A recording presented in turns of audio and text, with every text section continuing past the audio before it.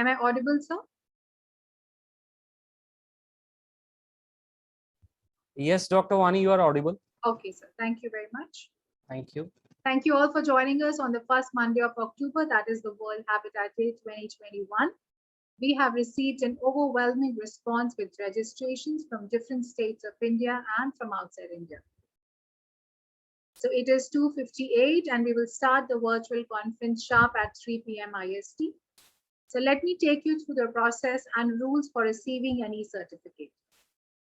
An e-certificate of participation will be provided only to those participants who will attend and participate in the virtual event for at least 50% of the entire duration of the program and on successful submission of e-feedback verified by a team of observers on Zoom platform.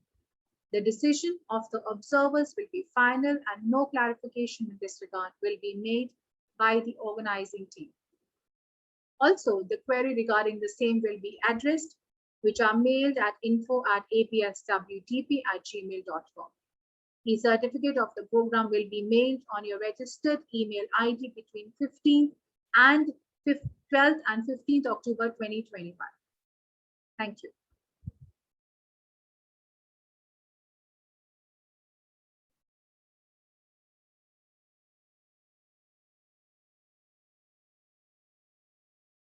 We will wait for some time because we have participants joining in.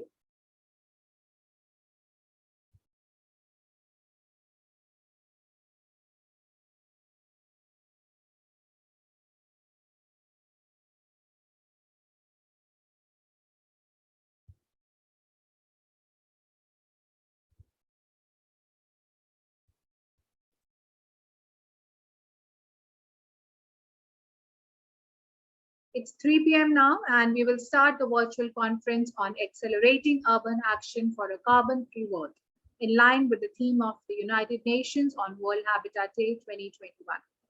Let me take you through the process and rules for receiving an e-certificate once again for all those who have joined recently. An e-certificate of participation will be provided only to those participants who will attend and participate in the virtual event for at least 50% of the entire duration of the program and on successful submission of e-feedback verified by team.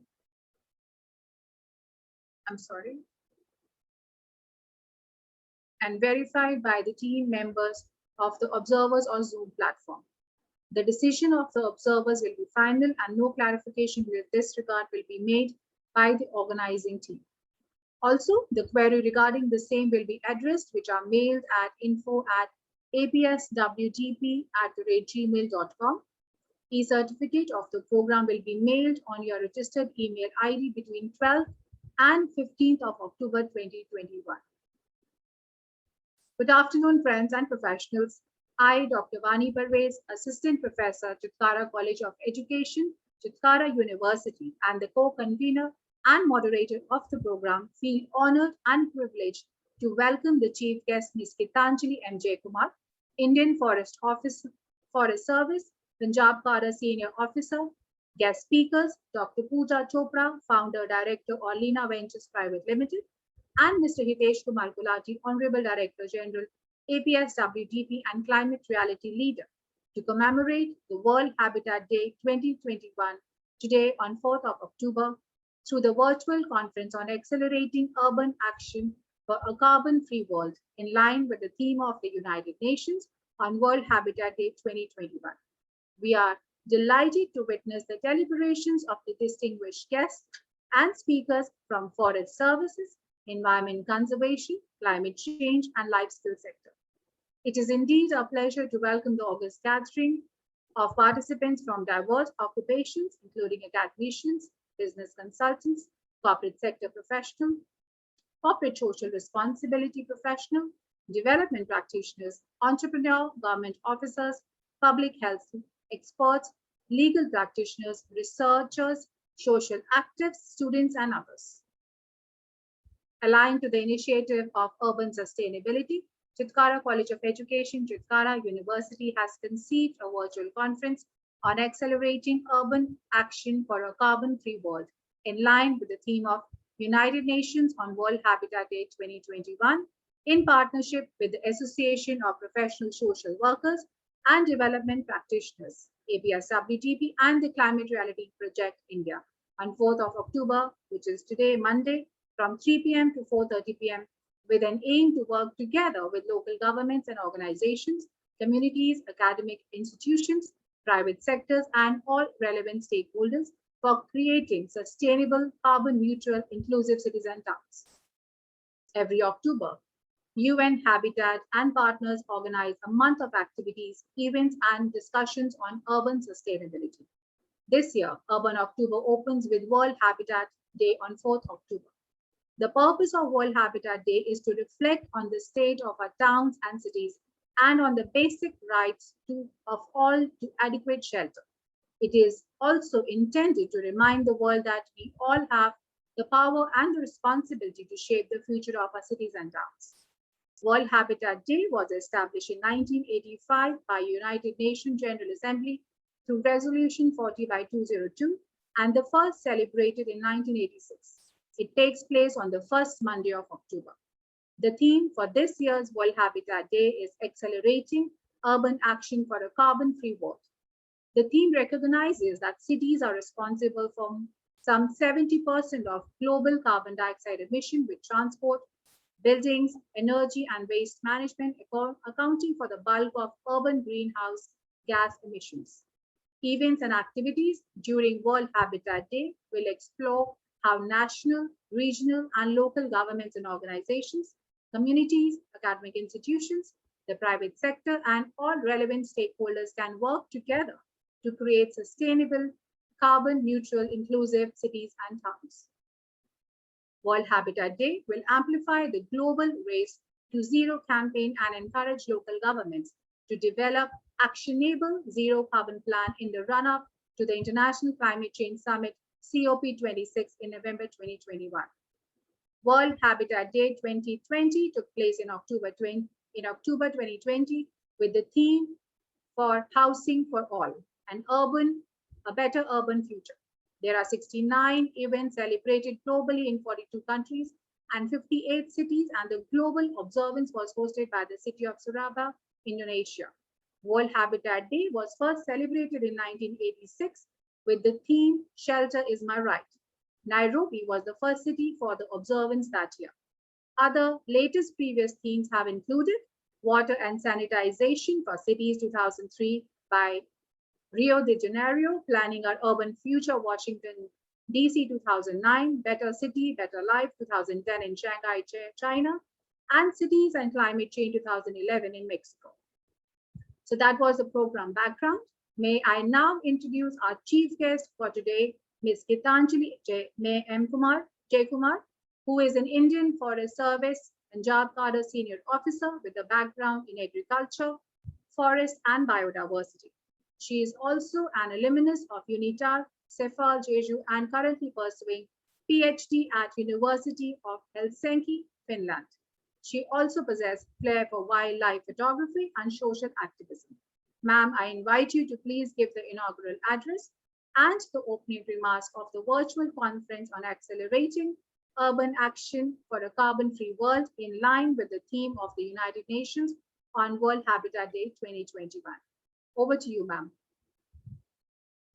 Thanks, Dr. Vani, and a very good afternoon to all of you. So today we are celebrating the World Habitat Day, and we had a very good brief about how this day originated and so on and so forth. So I'd like to start with the World Habitat. What does habitat mean? Habitat means a place where we live. It can be anything right from our home to our cities or village or even the planet. So being a forest officer, like I take it in that context that our habitat is our planet. And we all know this planet doesn't belong only to us. It's also a habitat for other species as well. Millions of plants and animal species that inhabit this planet. And if we think for a while, the other species are not dependent on us for their survival. It's rather us that we are dependent on other species for our own survival. And we all know this after so many episodes and the recent pandemic that has clearly shown to us. And we all talk of sustainability. So let me introduce to you the topic of strong sustainability. Earlier, we used to think that economy, ecology, and society are all three different things and just overlapping to a certain extent. But now the recent research and experience has shown us it's not so. The society and economy rests on ecology. Without the ecology, without our ecosystems thriving, our society is not going to thrive and our economy is not going to thrive. So it's very clear the base for everything is biological diversity or the ecology or the thriving ecosystems in the best of their health. So when we going back to our habitat and sustainability, as we say, like our habitat is just not a place to stay, but it nourishes us with food and serves in many other ways by providing aesthetics, tranquility, and peace, and so on and so forth. And there are so many other values associated with this habitat. If it's aesthetic, there are religious values, social values, and spiritual values, and so on, just not the economic value alone. So we're now talking of the carbon-free world. We want a carbon-neutral world, carbon-free world, and so on. I would say it's not that we don't need carbon, we need carbon, but we all know that waste is something, a resource that is misplaced. So we need carbon. Why? It is that carbon that produces our food and everything. We need carbon in the plants and in the soil. If the carbon dioxide is being fixed by the plants and form food. So we need it in a particular limit and not polluting the air and so on. So it has to be within the limits. So it is this carbon that forms the oil underneath, the fossil fuels, and even the diamonds. So carbon is needed, but within limit, and it has to be where it has to be. It has to be fixed in the trees, in the plants, and in the soil, and not just polluting the air. That is what it is. And similar is the case with our solid waste. If we segregate it and put to proper use, they are treasures. But if we just mix them up and dump it in a landfill, that's creating enormous hindrance to our life. So if we think back, like we have moved over our generations. Earlier, we all were living, our ancestors lived in the forest, then we moved into agriculture and village life, and now we have moved into the cities. So this is the generation we have a life of comfort with all the gadgets and so on, but the problems are also tremendous. So it's with all this commercialization in the name of comfort, we have created our own problems. So the transition has to start with our own effort, whether it is moving backwards or to a better future. So now what is talked about is the One Health approach.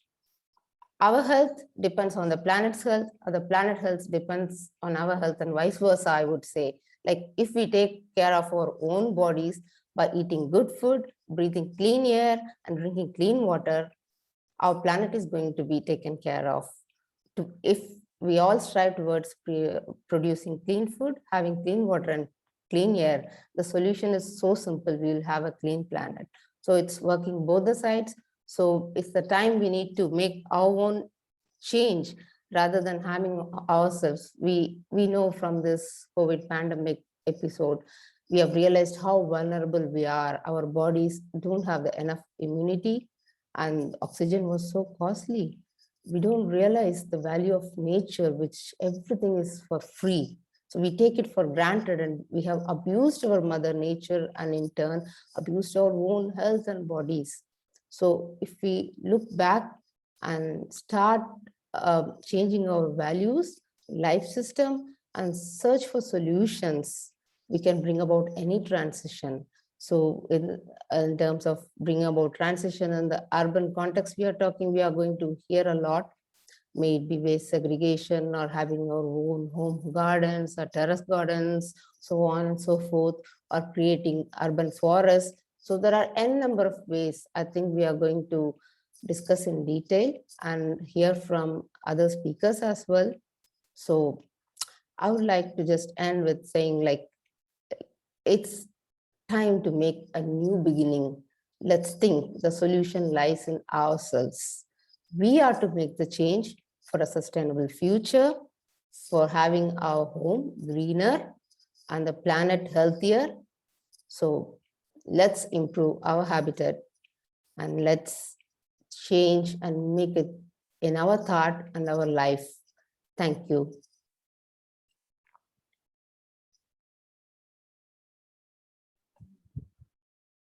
Thank you so much, Ms. Gitanjali and Jaykumar, for the inaugural address and enlightening us on the theme of today's conference. You rightly said that we are depending on ecosystem for our own survival. The values shared by you, like knowing our own limits in terms of maintaining the balance and habitat, resonates with us completely. So rightly said that we are the change makers and we need to do our bit to maintain our habitat. Thank you so much, ma'am. With this, we end with the opening ceremony and the inaugural of the virtual conference on accelerating urban action for a carbon-free world. From here on, we will move to the second part of our conference with sessions by our guest speakers, Dr. Pooja Chopra and Mr. Hitesh Kumar Gulati, who will be speaking on stepping towards habitat conservation and protection. I would now like to invite our guest speaker for today's conference, Dr. Pooja Chopra, who is Masters in Environment Management from Yale School of Forestry and Environmental Studies, PhD in Management with focus on development and promotion of ecosystem and protection of environment, MBA in Marketing, having 19 years plus of rich experience, including 8 years in teaching and research. Dr. Pooja, founder director of Orlina Ventures Private Limited, is an entrepreneur with specialization in environment conservation, social development, ecotourism, and is associated with Indian government departments, especially forest, tourism, and irrigation.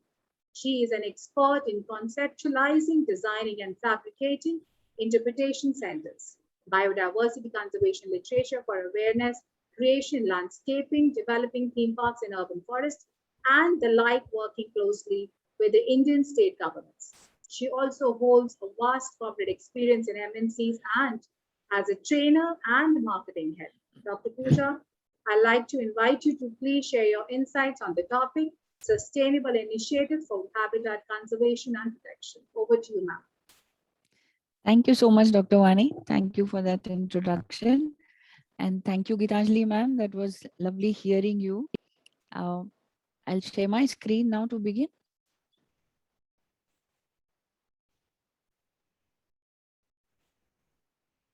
Is that visible? Yes, ma'am, it is visible. All right. So welcome everyone on this special day, World Habitat Day, the first Monday of October. And I would be discussing with you on the sustainable initiatives for habitat conservation and protection, especially with what our efforts have been in the cities, how we collaborate with government, and some of our individual initiatives also.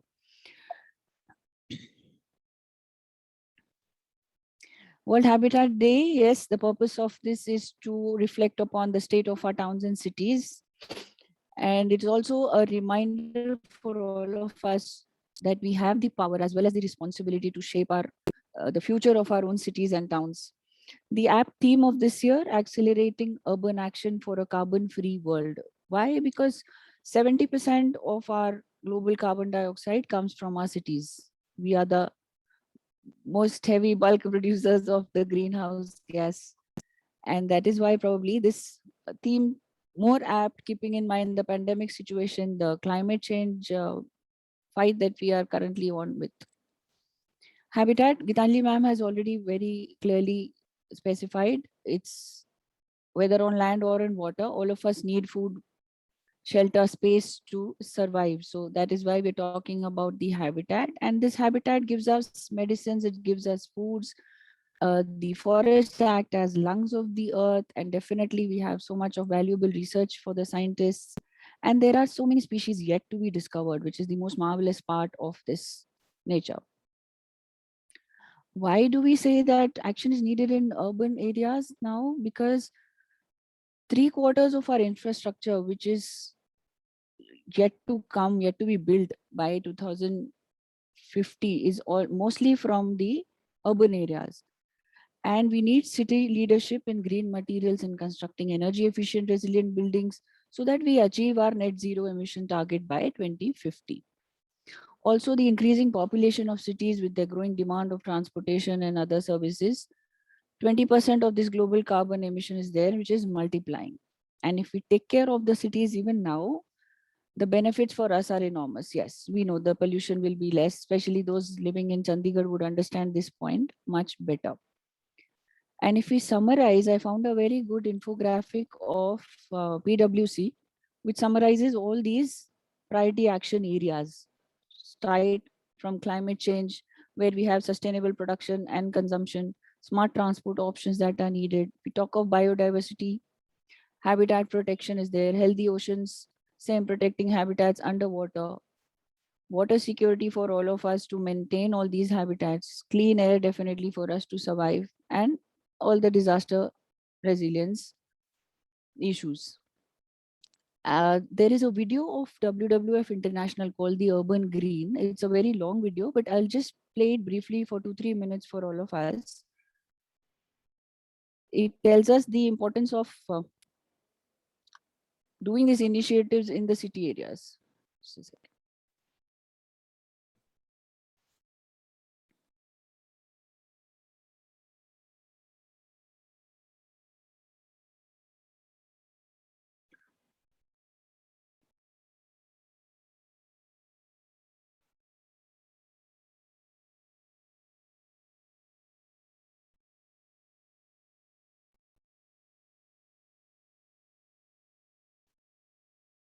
I'm afraid, Dr. Pooja, we Yeah, can the hear an audio. Yeah, that's what I'm wondering. Audio is All there, right. but it, yeah, here we go.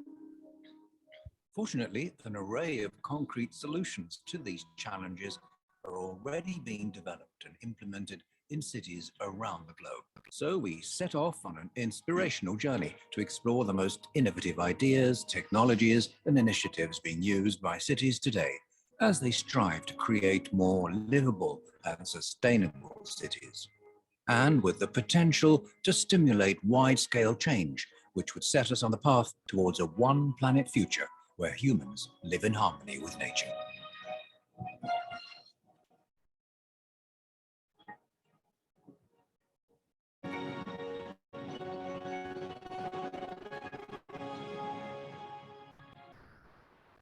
The struggle for a sustainable future on this planet will be won or lost in our cities. In the next 30 years, we expect a doubling of the global urban population, and with that, a doubling of the global urban infrastructure. That is a very short window of opportunity to get things right. So urban investment decisions taken today will determine whether people will be locked into resource inefficient and fossil fuel dependent infrastructures and lifestyles, or if they will enable cities to become places where we can live attractive and healthy and sustainable lives. Over the next 30 years, more than 5 times the global GDP will be invested in urban infrastructure and its use. So it's critical that those investments are made in a sustainable and resilient way. A number of actions that cities have to take and actually take together is, first of all, to try to become low carbon, to shift from fossil fuel towards renewable energy. Secondly, to become resilient. We are going to face the impacts of climate, and they will be different from one part in the world to the other part. We have to look, thirdly, into how can our existing ecosystems, our biodiversity we have in urban areas, how can that support us in our sustainability? Well, the urban challenge in the world is tremendous. I mean, we'll soon have 75% of the world population living in cities. And I would argue that the number one challenge for cities is actually not inside the city. It's to recognize that it has to be sustainable in its entire inflows and outflows of energy, of water, of food, of all materials. So to see itself like a part of a wider ecosystem, so that you plan every urban area for every citizen, that it keeps itself within a circular economic model in terms of resources in and out. And the second most important is to build resilient cities. All right, so this gives us a brief about why do we need to work on our cities for habitat management and a carbon-free world. To move ahead, I'll just connect 7 of the 17 SDGs, which more directly correspond to habitat and its related actions. First one being, of course, the clean water and sanitation, number 6, because it helps us protect and preserve water-related ecosystems. Number 14, I'm bringing 14 here along with this because of the same theme of water, wherein we have life below water. Just to understand, we say that every year coastal wetlands sequester enough carbon dioxide to offset the burning of over 1 billion barrels of oil. That's the work they do for us. 726 tons of coal emissions are offset by just 1 hectare of a mangrove. And similarly, these other points. Now, what happens with our cities? We try with our stormwater runoff, with our sedimentation and toxins, our septic systems failures, oils and chemicals that we use, they all get spilled over and they spoil these water bodies. Next, if we see number 7 and 11 that focus on affordable clean energy and building of sustainable cities and communities. Gitanjali ma'am rightly mentioned about the green roof in our cities. This plays a very, very important role. It's a vegetative layer planted on our roofs, and it provides rainwater buffer, purifies the air, reduces the ambient temperature, and of course regulates the indoor temperature for us, thus reducing our need on the fossil fuel based energy. Also, we've seen companies as well as airports and other places installing pedal chargers and charging stations. Now you pedal here and you generate your own energy to charge your laptop and mobile till the time you are stationed there. Another initiative, if we see towards these SDGs, is having wind turbines that generate energy from passing vehicles. They are installed on the middle part of the road, and either side when the traffic is moving, with their passing, the energy is generated through this wind. Another important aspect is having green buildings. Now, this infographic of the World Green Building Council, along with the goals, it tells us how just by having green, now we are saying that so much of infrastructure is yet to come. Something which is yet to come, if it is already made on these parameters, it will be helping us build design can spur innovation and contribute climate resilient infrastructure. And if it is on these principles, it'll definitely, the buildings will produce fewer emissions, helping to combat climate change. Another SDG that we have is responsible consumption and production. We did a small initiative within a small group of us. We started growing our own food on our terraces. And this has actually helped contribute towards this goal number 12 of responsible consumption and production. If we talk of number 13 and number 15, which is climate action and life on land, I would like to highlight some of our government initiatives that we have seen. Gitanjali ma'am also spoke of the Nagar one. This was a concept rolled out in 2020, if I'm not wrong. And this caters to developing forests in the cities.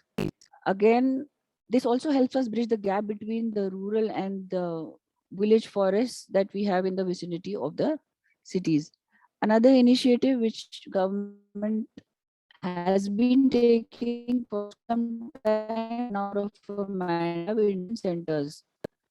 We have been an integral part of developing these nature interpretation centers with a lot of zoos and national parks in our country. They help promote awareness, especially among the young children who are our future.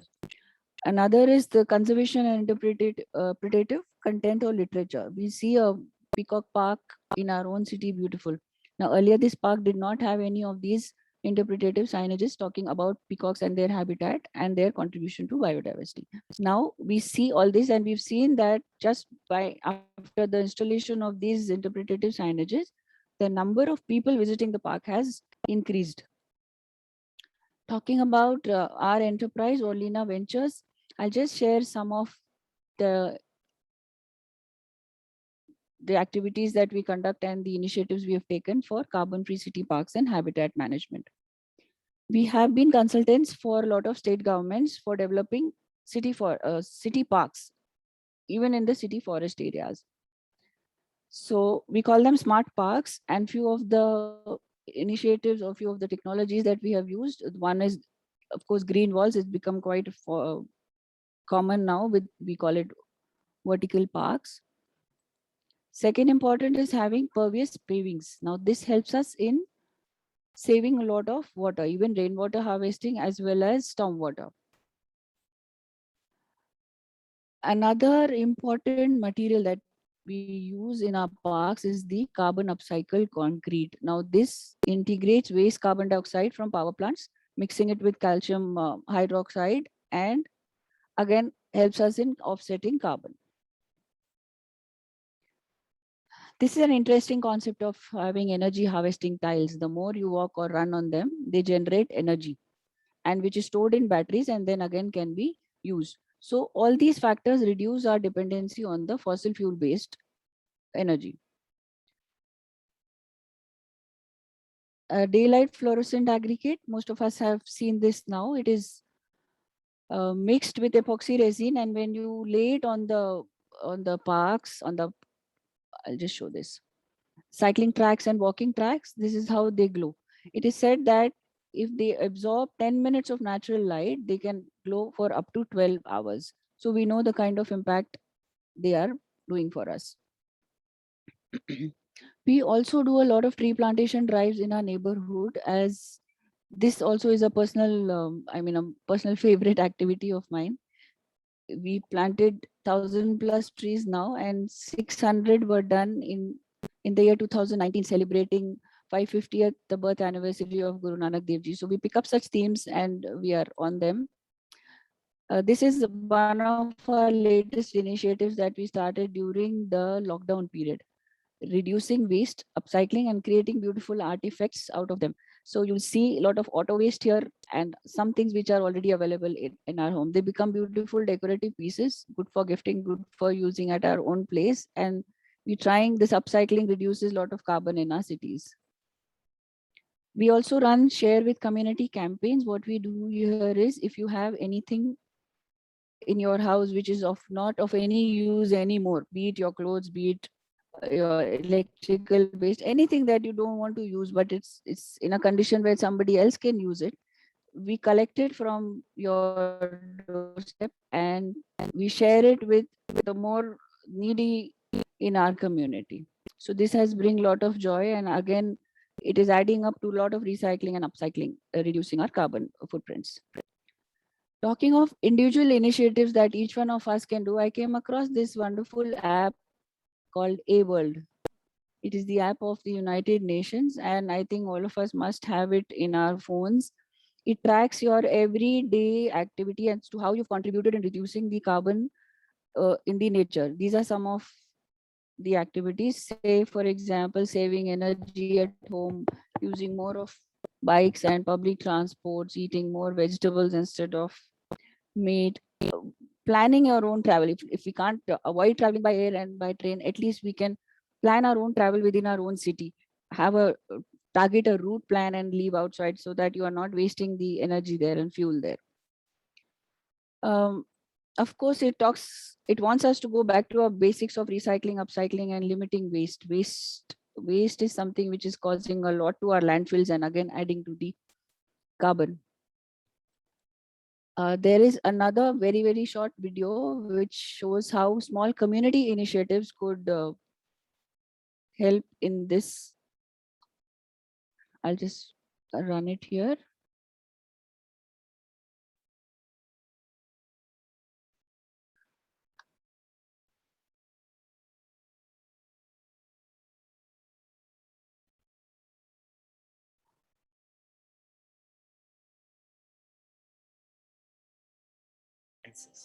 The red-tailed hawk, Lumbricus terrestris, the earthworm, Helianthus annuus, the common sunflower.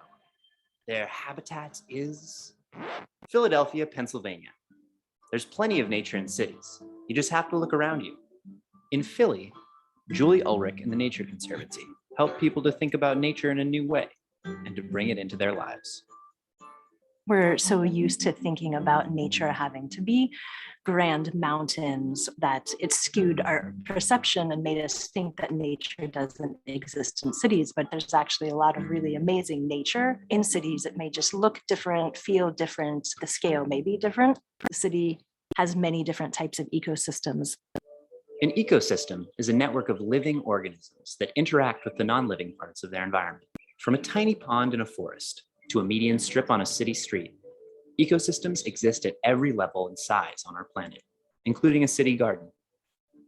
In an urban context, even vacant lots have biodiversity. You can see insects, you can see bacteria and soil.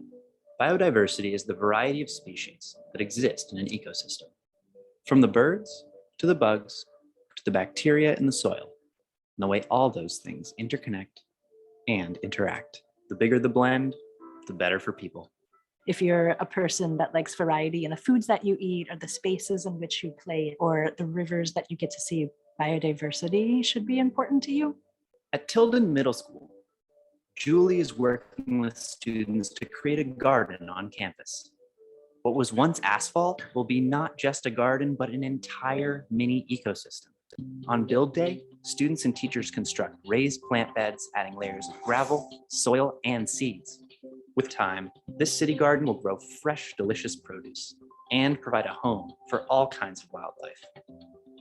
Gardens are a microcosm of larger ecosystems, and they're a very important piece to the larger puzzle of natural spaces across an urban landscape.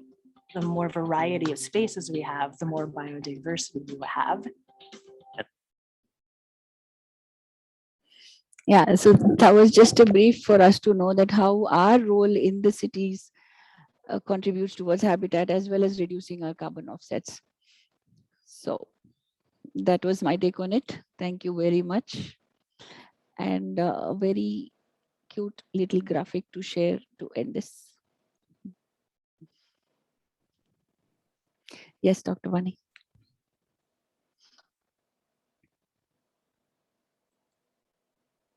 Thank you, Thank Dr. you. Pooja, for sharing your valuable thoughts on sustainable initiatives for habitat conservation and protection, reflecting upon the states of our towns and cities and the action areas for protection of our environment. Thank you for sharing such an informative video and presentation about the ideas, initiatives to make sustainable cities and towns, as we do are facing the effects of carbon worldwide, and we must build resilient cities. It surely was a delight to watch the initiatives taken by you, ma'am. Thank you very much. May I now introduce you to our next guest speaker of the day, Mr. Hitesh Kumar Gulati, who is an Honorable Director General with Association of Professional Social Workers and Development Practitioners, Chandigarh. He is a certified climate reality leader by the Climate Reality Project, trained by the Nobel laureate and former US Vice President, Mr. Al Gore, at Climate Reality Leadership Corps virtual training program in July 2020. He is also a certified master trainer under Green Campus program organized by the Climate Reality Project India, a human capital transformation and change management consultant with 20 years of diverse experience in HR transformation projects, process and product development, gap analysis, research projects, mentorship, trainings, and report writing consultation. He has been leading HR transformation projects in food and hospitality, electrical home appliances, steel, textiles, real estate, hospitality and leisure, education and overseas education consulting industries, and report writing consultation for government and academia at numerous locations in northern India. Mr. Gulati, I invite you to please share your thoughts on the topic for design carbon neutral lifestyle. Over to you, sir. Thank you so much, Dr. Vani, and for giving a very detailed introduction. And before I start, I'm happy to see Mr. Rocky Pawar that he has switched on his video right from the starting. And I request all others to also switch on their videos. Otherwise, it looks as if we are talking to the walls or you can say stable screens. Thank you, Mr. Rocky Pawar. You have been an inspiration. Thank you, Neeta ji, Gitanjali ji, Vivek ji, Parul, and all other faculty members, and you can say young aspiring professionals of Chitkara University. Please switch on your videos. We have enough time. It's 3:38, Dr. Vani, and I think we should give some time to all of us to please switch on the videos. Good afternoon, Dr. Sangeeta. Good to see you here. Good afternoon, sir. Good afternoon, same here, sir. I request everyone to please switch on their videos. Thank you, Dr. Thank you, Pooja. Mr. Gulati, for taking on and requesting everyone. And thank you, Mr. Rocky Pawar. It's been so nice of you to switch on your videos, even though you're driving. Yes, That was he really nice has of been you. an inspiration for all of us to switch Yes, on the videos. Even if you are doing some other work, switch on your videos and listen to whatever the speakers are sharing with you. Absolutely, absolutely. I request all the students of Chitkara University to please switch on their videos. And also do write your questions, which we will be taking by the end of the session, so that you can interact with our guest speakers as well as our chief guests to understand better. We are waiting everybody to switch on the videos, please.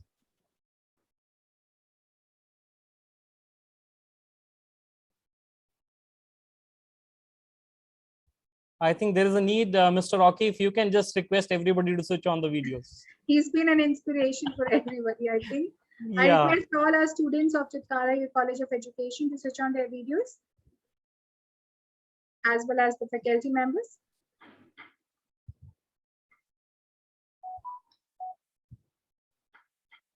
this is another way of utilizing the time because we have enough time. Thank you, Gauri. Thank you, Himani.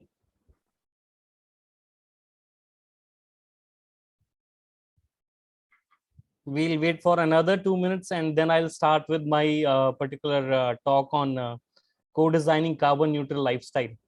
And we'll keep it in a way in which I am not the only one who is speaking on this, but I would like to hear it from you also. And it was a pleasure listening to Ms. Gitanjali and Dr. Pooja on this World Habitat Day 2021 and the way they have shared their insights. Like, it's not about the government or the institutions, they have to take the action. It should start from self. When it will start from self, then only the government and the institution, they'll also bring in that particular change. Absolutely. Yeah, while they're switching on, if you allow me for a sec, I would just try to chip in for a second, if you allow me, Mr. Gulati. Sure, And we would love to hear from you. Please. yeah, I was just thinking, just to share with you, like we all heard of the Chipko movement, right? Yes, ma'am.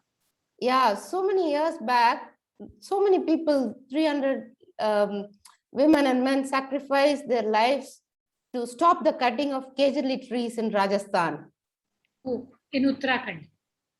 No, this was in Rajasthan. After that, the Uttarakhand Chipko movement came. The real original Chipko was in Rajasthan when lady called Amrita Devi, she went and hacked the tree, not allowing the king to cut the tree for his palace. You know, so such was our value. They considered their own life inferior to the life of a tree. So it's just the value system of ours that has changed over a period of time. We realize that we are a small force in this planet, not a bigger force. There are so many bigger forces than us, which are making us thrive. Lately, we started thinking we are custodians, in fact, but not the masters of everything. So just a thought to ponder just in that. Absolutely, ma'am. Thank you for sharing this wonderful thought. We are, as I said, that we all are responsible to do our bit in conservation of our habitat and protecting our environment. Thank you so much, ma'am. I request everyone to also write their questions, which we will be taking in the end of the session, and we will also be floating a form in the end, which I request you to fill it in the end. Thank you very much. Please switch on your videos and be interactive. And now I request Mr. Gulati to please take over. So my time starts now, Dr. Vani. Yes. Thank you so much. And before I start sharing the screen, and when we talk about co-designing carbon neutral lifestyle, I request all of you to please share what exactly do you understand by carbon neutral lifestyle? And do you think is it possible to have carbon neutral lifestyle?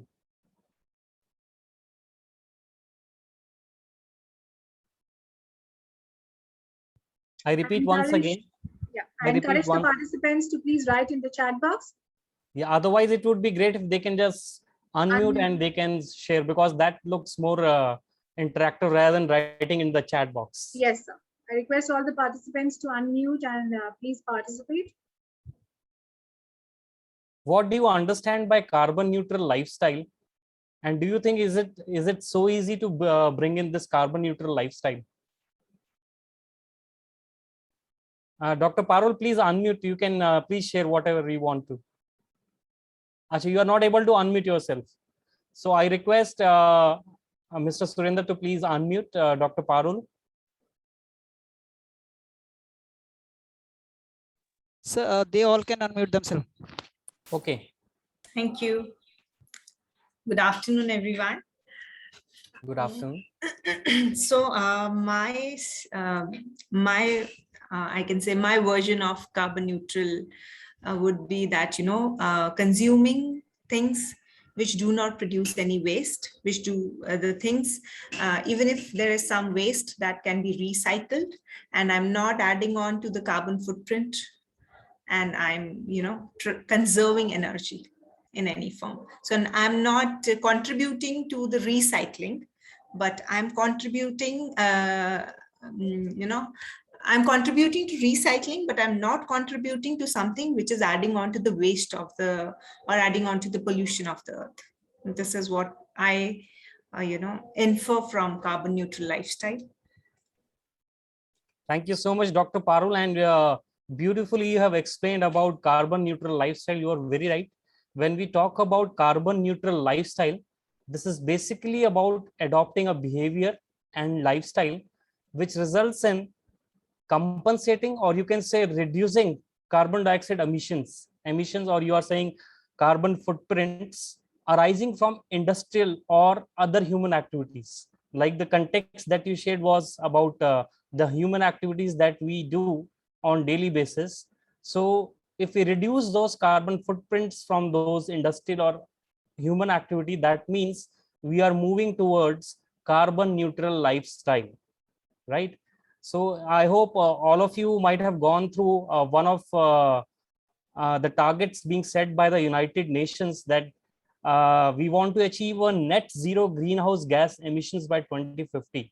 So if you see, it's 2021 and 2050, they have set the targets. So you can well understand it's almost 30, or you can say 29 years.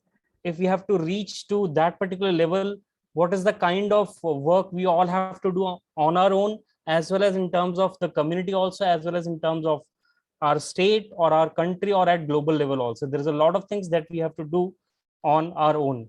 So when we talk about this carbon neutral lifestyle, let's talk about what are the challenges that comes when carbon dioxide emissions are more. So what do you think, what can be the challenges or what can be the after effects if the carbon dioxide emissions is going unchecked and it's increasing day by day? What can be the after effects?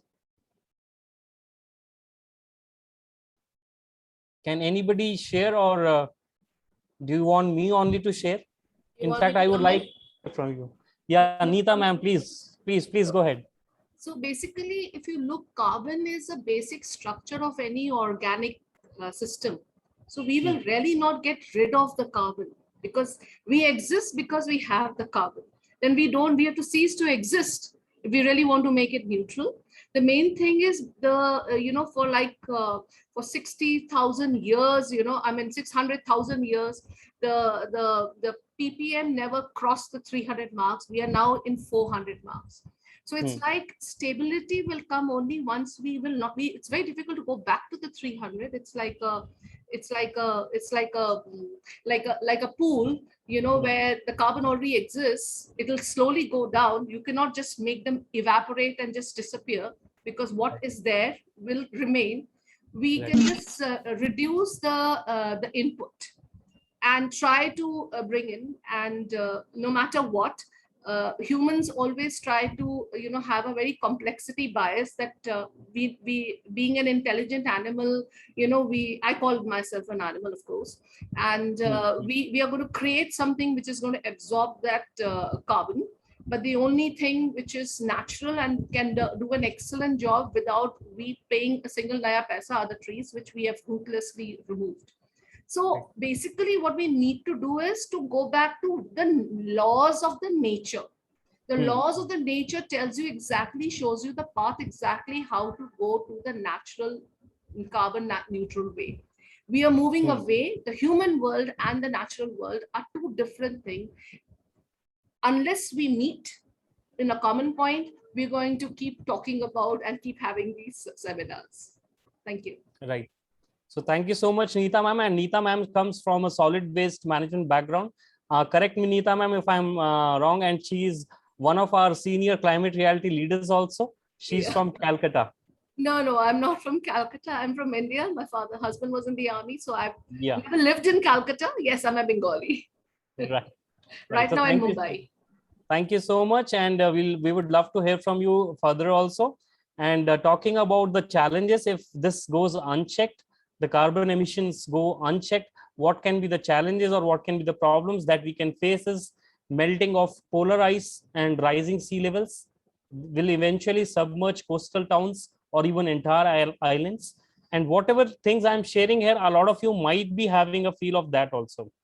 But the reason of sharing is till the time we don't feel the challenges and we don't take the corrective actions, the entire exercise is a waste. And as you all understand, always that recharging is needed if we have to work on those particular things. So that is the reason again and again we are making you aware of what can be the you can say problems if the carbon emissions continues to go unchecked. The second would be the temperatures will continue rising and it will eventually make some parts of the world inhabitable.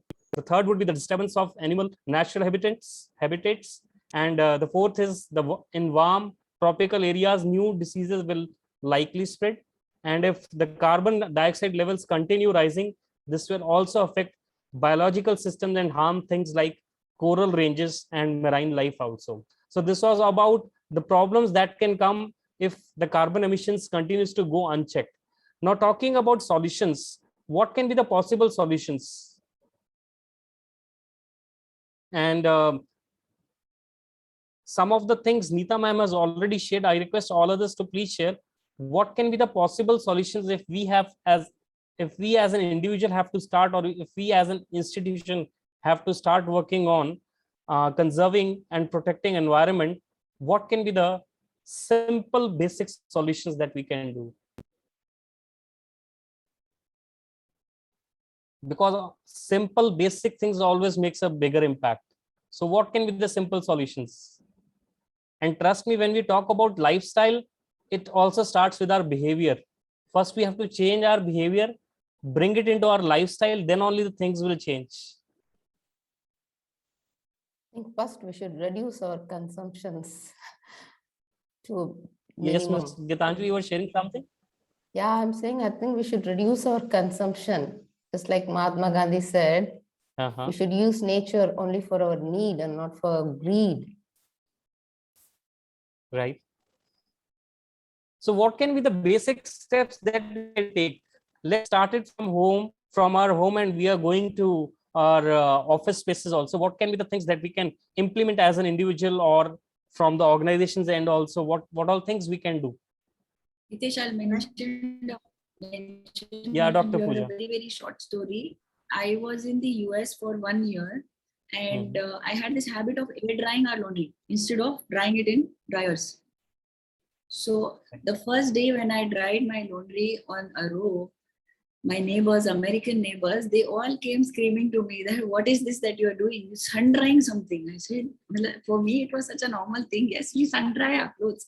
And then, you know, they sat back and they started calculating how much energy, how much carbon would it not send back to the environment. And just reading out what they said, 2 kilowatt of energy which means 842 grams of carbon each time you air dry your laundry. And average heat pump dryer consumes 200 kilowatt per hour every year for 100 cycles. So, I mean, they calculated and they gave me an average that you emit 4.21 kg of carbon, and by not doing it, you are reducing it. So this was the craziest thing. They taught me that it's in our routine. We are just air drying our laundry and we're saving so much of carbon going back to the air. Right. So thank you so much, Dr. Pooja. This was again a very good instance, or you can say the incident that you have shared. And again, it's also a learning for us also. And let's talk about what can be the solutions. What can be the solutions? Dr. Pooja has shared from her own real life story. I request others to please answer. We have Miss Gitanjali and Neeta who are already into this field, but I would request all others also to answer. Okay, can I add something? That's why I'm not opening my mouth. I'm just give the others. It's not like this, Neeta ma'am, but I want to hear it from others also. Yes, so yes, that's why I'm not saying anything. I would like to add something here, please. Yeah, please go ahead. Haji. I believe there has to be a shift in one's philosophy of how we intend to live our life. That approach needs to be changed. Right from how we consume things. So being mindful of our consumption, be it buying groceries, making your diet choices, going local rather than looking for exotic things or what the world is running after. So it's more to do with the approach. We need to simplify it down and be more conscious of your own footprint as to what is it that you're adding or piling up onto the existing problem, and simultaneously work on taking a little bit away by reducing, reusing, recycling, repairing, all those concepts that have now just been oblivious to the current generation. Great, ma'am. And let me also share what can be the simple basic solutions when we talk about conserving and protecting environment. The first is green buildings and practices. And whatever I'll be sharing here, I'm sharing it from a, you can say, psychological point of view, not the technical things that I'm taking.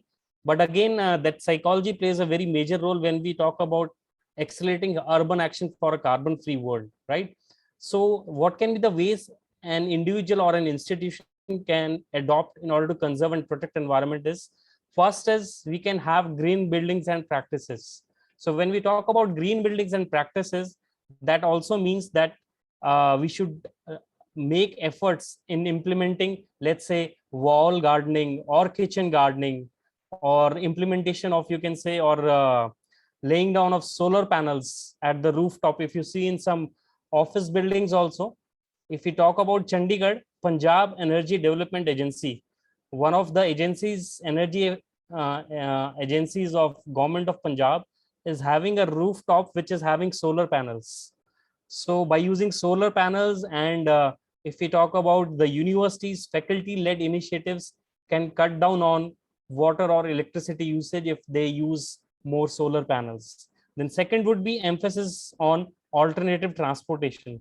So when we talk about alternatives transportation, again, I hope all of you can feel it, or you can visualize that you should use alternative transportation. That means bus, and if you are in metropolitan cities, metros, carpool or bike, to get to work one day per week at least, so that somewhere we are reducing the carbon footprints. It can start with one day, and slowly and gradually you can improve the number of days.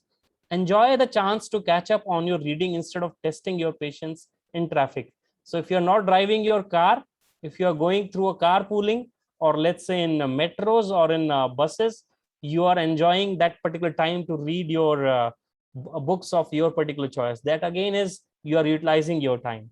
And the third would be walking or biking. So walking or biking means sometimes in order to go to nearby marketplaces also, we take our you can say cars. So instead of that, incorporate walking or biking to some of your regular short trip destinations. In most instances, you can walk in a mile in less than 20 minutes. You should use walking or biking. And this is a great way to add exercise to your busy schedule also.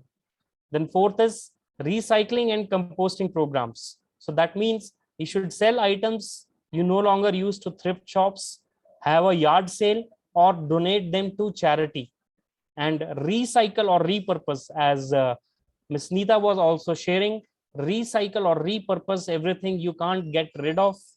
And the last is make vegetable matter or manure into compost. Then the fourth is using water bottle refill stations, or in other words, if you talk about using reusable water bottle and you fill it at the time when you need it, would also help in you can say conserving and protecting environment. Then the fifth is organic farming for food on campus. So when we talk about this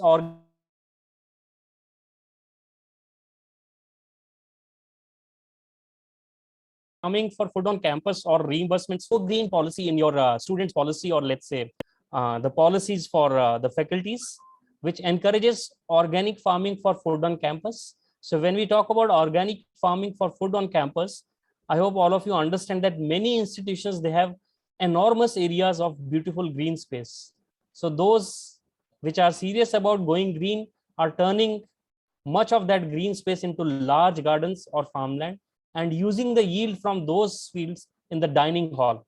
And we should look for those institution campuses also that encourage organic gardening and offer spaces where students can participate in creating their own healthy meals. So that is the reason why I'm saying there is a need for coming up with a go green policy also. Then the second thing that can be added in that particular policy is there should be some reimbursements for going green, because obviously if there is some motivation, we'll act on it. So some colleges will go the extra mile, or some universities will go the extra mile by encouraging students to do their part in protecting the environment, right? And the last is driving efficiently. So when we talk about driving efficiently, means we should use the accelerator lightly, stop the engine on red lights if it is more than 60 seconds waiting is there, and stay near the speed limit, and park and go inside instead of idling your engine in a drive through that we generally do on highways, right? So this was what can be the solutions. So based on this, my question to all of you is again the same thing from where I started.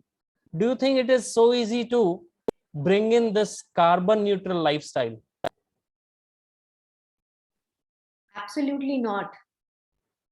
Okay. It's not as easy as it sounds.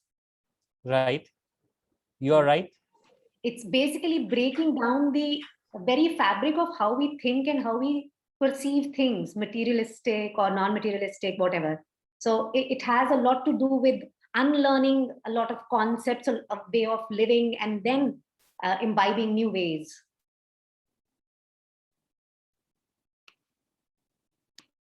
Absolutely. Even I feel it's a change of mindset is the approach that we must change and educate our children from right now, you know, towards being responsible towards our environment and do our bit to protect our environment for our own selves, because ultimately, as ma'am said, that we are doing it for our own selves to protect our environment.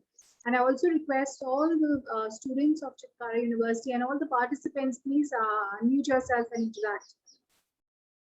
So Dr. Vani, thank you very much for bringing in that, and that again sparks another question related to this particular slide only. We were talking about changing our mindset to bring in that behavior or lifestyle. So when we talk about bringing in that change, what kind of stages we go through? We come with a sort of resistance initially, of course, because change is never acceptable. It is always a lot of resistance. But eventually, it's a mindset which we need to train and educate everybody upon, so that we accept the change with positivity. Right. So do you think it will start from resistance only, or there would be another stage from where we start when we want to change our mindset for this? We need to acknowledge first. Breaking. Acknowledge, yes. Acknowledge. Okay. Any other guesses? There are basically 4 stages when we go through change. Okay.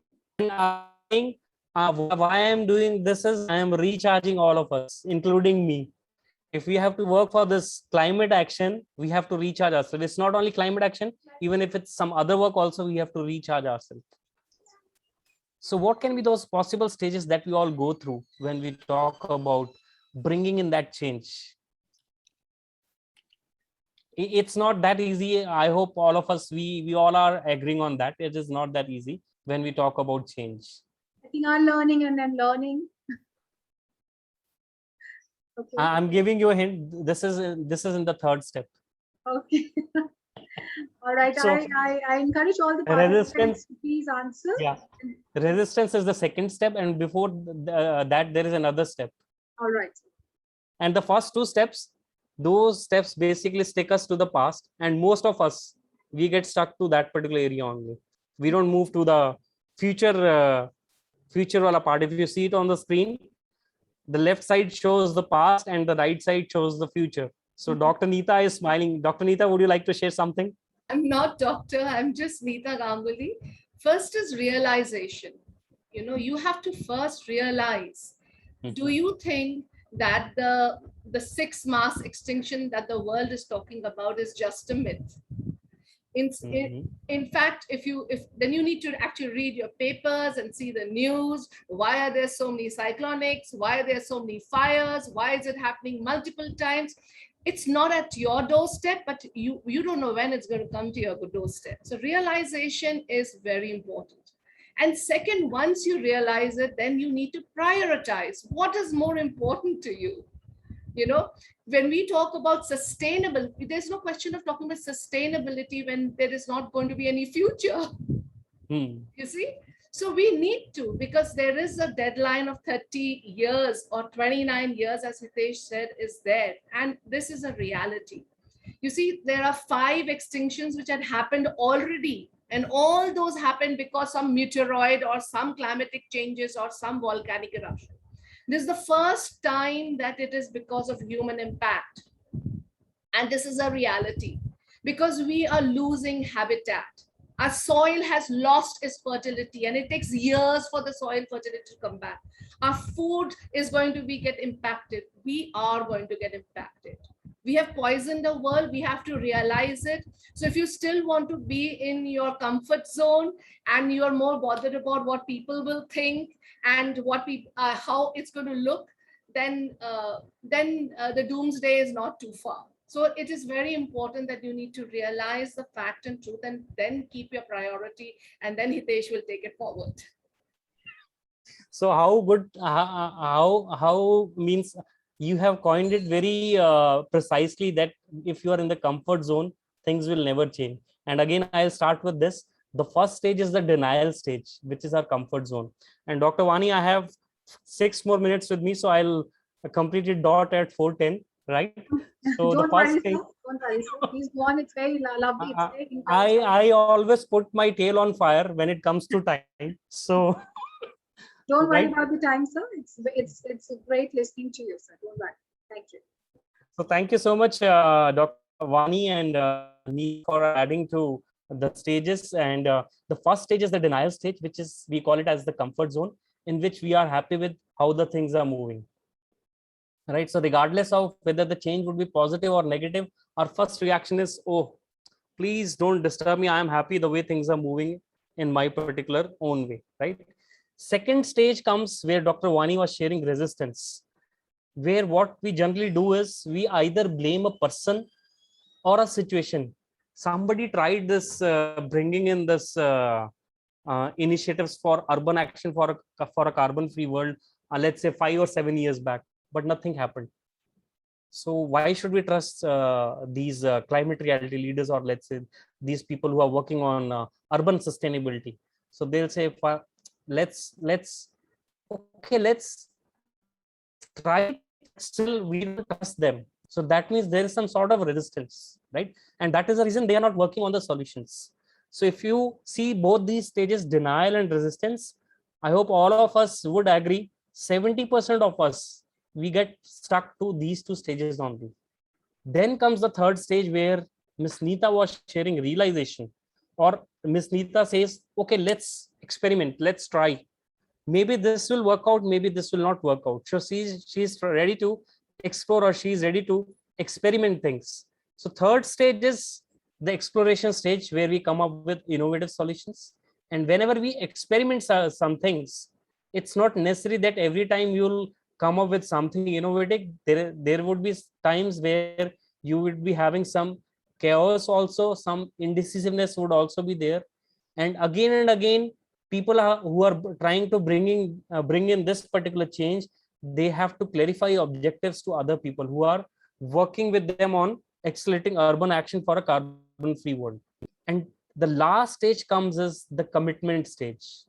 And again, I hope all of you would agree here, it's around 10% of the people only who take the 90% of people with them for bringing in this change. So when that commitment stage is there, and those 10%, you can say climate change leaders are working for this urban sustainability, they work with a focus, they know how to balance the things, and they are, you can say, driven through a particular target, that this is what they want to achieve in next, let's say, 5 years or 10 years. So whatever resistance is coming, or whatever you can say adverse situations are coming, they have this commitment that they'll take the entire, you can say, community slowly and gradually with that particular change, right? So in short, if we talk about adopting this carbon neutral lifestyle from a behavior point of view, first we have to start with a belief that things will change. Second is, then we have to bring that passion, और अगर इसको हम हिंदी में कहते हैं शिद्दत. With passion, we have to work on those initiatives. When we'll have this belief and passion with us, it will automatically add to conviction. Conviction means we are confident and we are focused that over the years we'll work for making this world carbon free, which again, as I also shared with you, and Ms. Neeta was also sharing, it will take time. So 29 years are again left for bringing in that change or making it a carbon free world, which again is a very challenging task for all of us, right? So I'll show you those 4 stages that I have shared. The first stage is the denial stage. Second is the resistance stage. Third is the exploration stage. And fourth is the commitment stage. And my request to all of you present here is, you become those 10% of the people who reach that commitment stage. Then only we can align ourselves with this particular thought process. So at the last, I would share, it's going to take more than a city or community action to meet the carbon neutral goal. We all have to do our part to cut carbon. So thank you so much. This is all from my side, and over to you, Dr. Vani. Thank you so much, Mr. Gulati. We do have a message in the chat box by our chief guest. She is saying that I have one question to make, that when we talk about renewable energy, not all may be renewable is always environment friendly, like solar and wind energy production creates a lot of waste and has other issues related to wildlife conservation. Even the windmills hit the birds. So that is what she had to say. That's very important insight, ma'am. Thank you so much for sharing this with all of us. And now I would like to thank you, Mr. Gulati, for sharing your insights on the topic co-design carbon neutral lifestyle. As you rightly said, that we must adapt to behavior and lifestyle to not add more carbon in the environment. The challenges and the very flexible solutions, initiatives, and the stages shared by you to protect our environment overall will definitely prove to be beneficial to all the participants. And I'm sure we are going to share it further.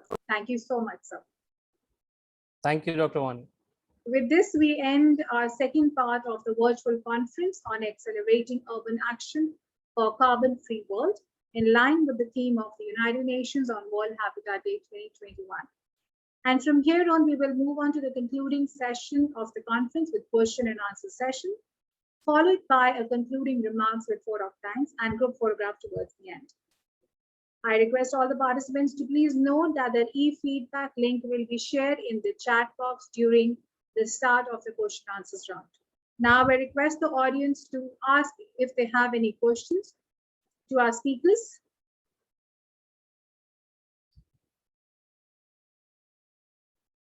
You may unmute and ask your questions.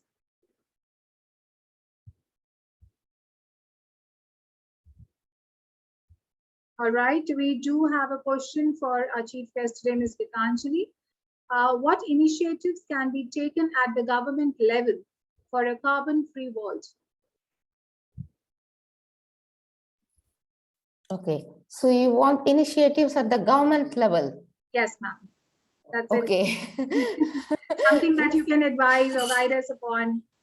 Yeah, it's easier said than done. Like there can be many suggestions, but how it all starts is the way.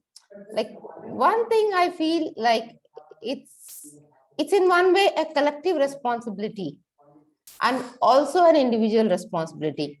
When it comes to individual responsibility, these are all the things like we have been discussed, and Mr. Hitesh Gulati very nicely explained with small steps.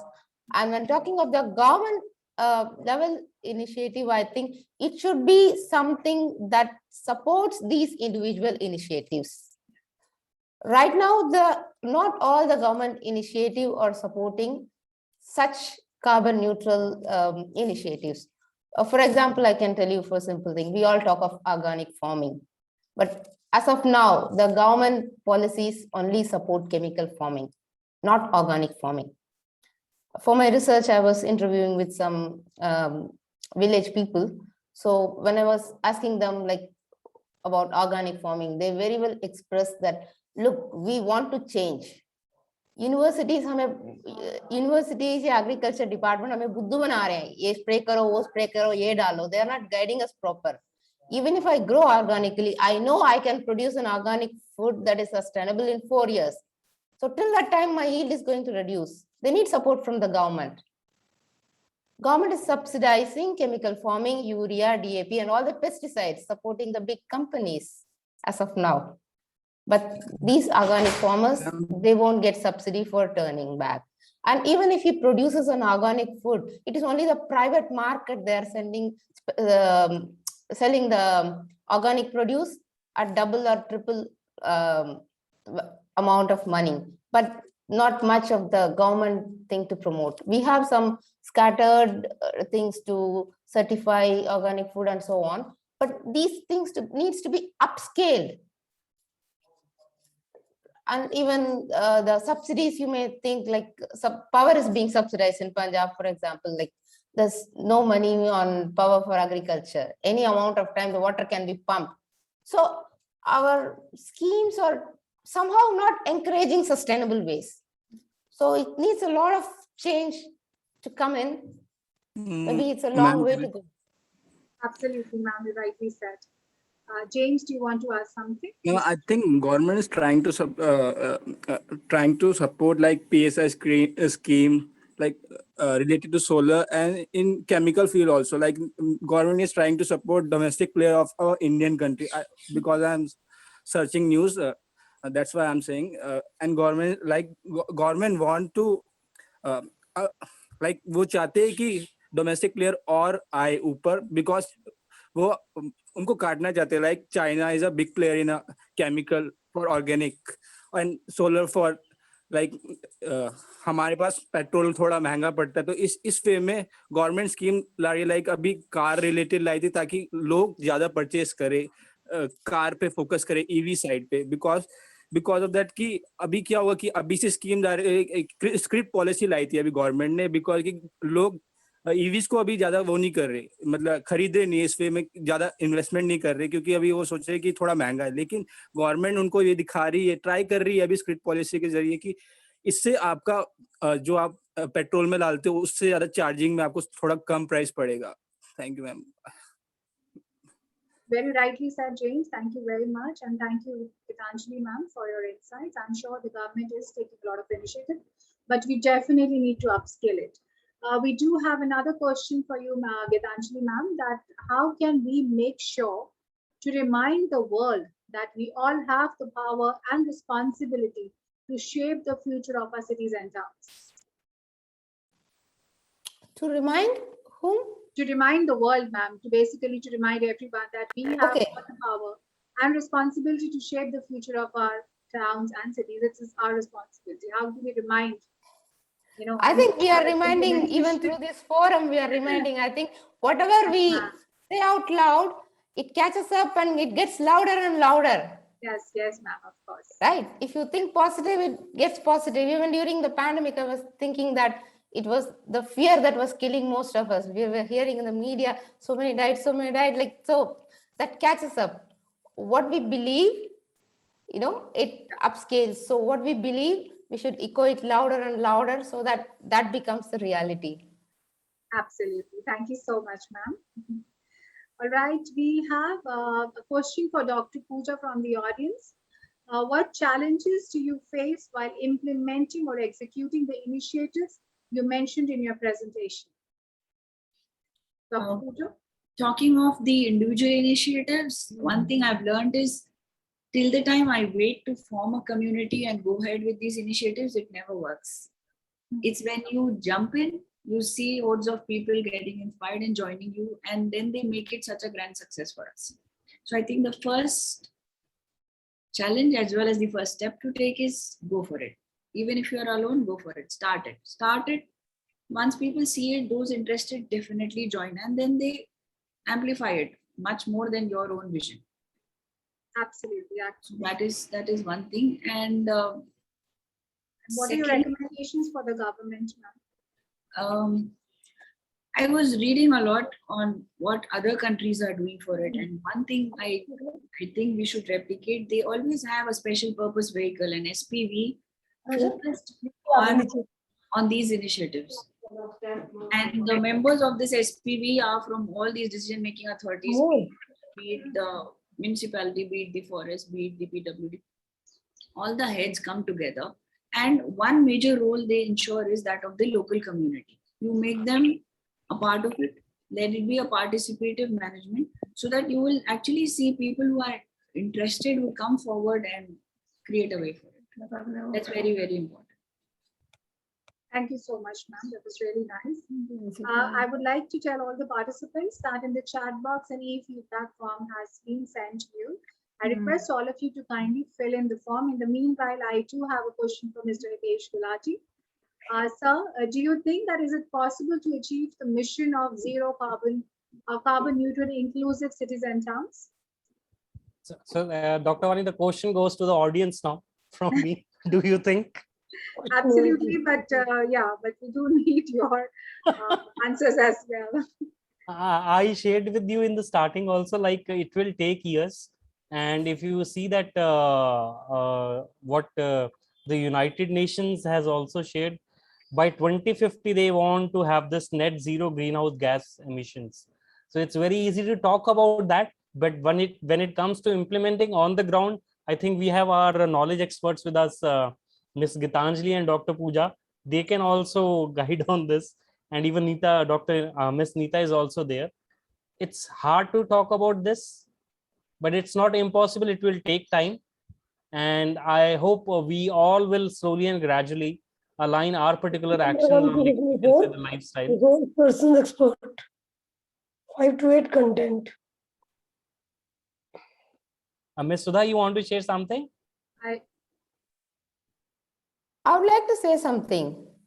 Yes, ma'am. When talking of this individual and collective responsibility, like I echo with what Dr. Pooja said, rather than looking at the government, we all should start our own individual initiative. Then government will be forced to start supporting you. It's because everyone wants to do chemical farming, government is supporting it. It's in a way the government supports the majoritarian view. So it's a minority who would be wanting to take up organic farming or grow forests. So once this becomes a majority, the government is bound to support it. So just jump in, dive in, as Dr. Pooja says. Absolutely. Yeah. Mr. Gulati, would you like to continue or? It is all from my side. I have already shared. All right. Thank you so much. Thank you so much to our guest speakers. We express our heartfelt gratitude to our chief guests, Ms. Gitanjali M. Jaikumar, eminent speakers, Dr. Pooja Chopra and Mr. Hitesh Kumar Gulati, who agreed to be a part of this virtual conference on accelerating urban action for carbon-free world in line with the theme of United Nations on World Habitat Day 2021. We are truly inspired by the words shared, and it was indeed a privilege and a matter of delight to listen to all of you about your views, facts, and case studies shared on sustainable initiatives on habitat conservation and protection, with a commitment to move and act towards co-designing carbon neutral lifestyle and modifying behavior for sustainability. We are thankful to all of you for coming forward together in sharing your knowledge. Dear friends and professionals, an event like this requires meticulous planning and an eye for detail. Sincere thanks to our guide, Mr. Vivek Trivedi, founder APS WTP, Mr. Aditya Pundir, Director India and South Asia at the Climate Reality Project India. Also Mr. create Vivek a Swami. momentum for a mass campaign for behavioral and lifestyle change toward reducing carbon footprints and urban sustainability. Nandika can't comment. Agree if you said no to serial number 1, please explain. I'm sorry. Would you like to speak something?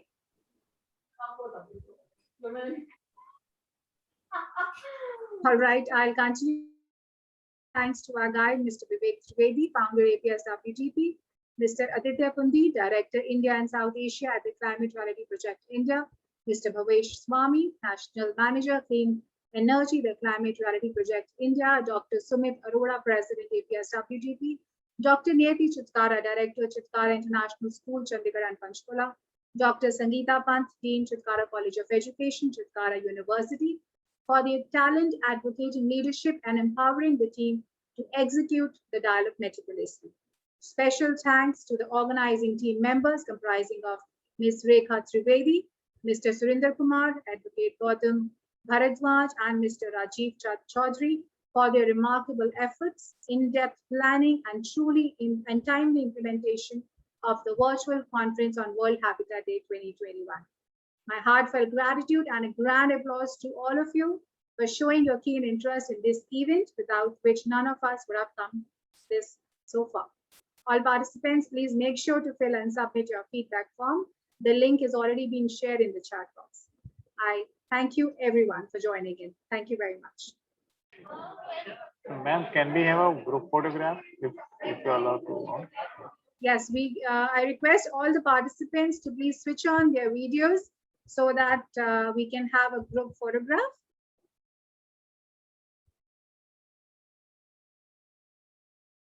And also fill in the e-feedback form which has been shared.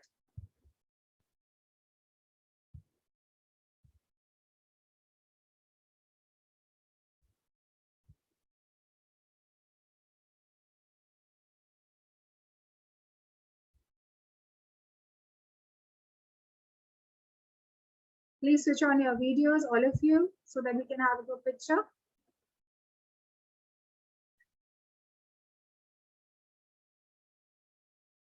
Is it done, sir? Done. Thank you. Thank you very much. Thank you once again to our guest speakers, our chief guest, and all the participants. Thank you very much. And have a lovely evening ahead.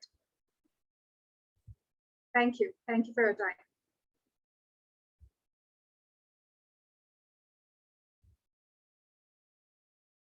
Thank you, Gitanjali ma'am, for a lovely and sweet message that you've sent. Thank you. Means a lot.